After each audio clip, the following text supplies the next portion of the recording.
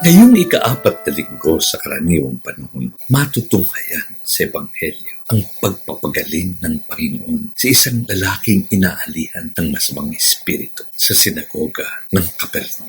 Pinapakita sa mabuting balita ang kapangyarihan ng salita ni Jesus. Sapagkat ang kanyang mga salita ay nagpapabago ng buhay. Ang himala sa sinagoga ay hindi lamang tungkol sa pagpapalayas ng demonyo. Ito ay may taglay na mensahe sa pagpapalaya. Paalala ng Ebanghelyo na walang anumang kadiliman sa buhay natin ang mas malakas sa ating Panginoon. Sa gitna ng mga ingay sa mundo, madalas nating nakakalimutan ang tinig ng Diyos.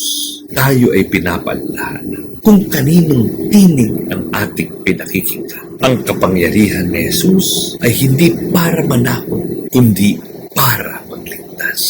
Hayaan nating ang salita ng Diyos ang maghari sa ating puso. Huwag tayong matakot lumapit sa Kanya at sabihin, Panginoon, pukawin mo ang anumang gumagapos sa aking pagkatao.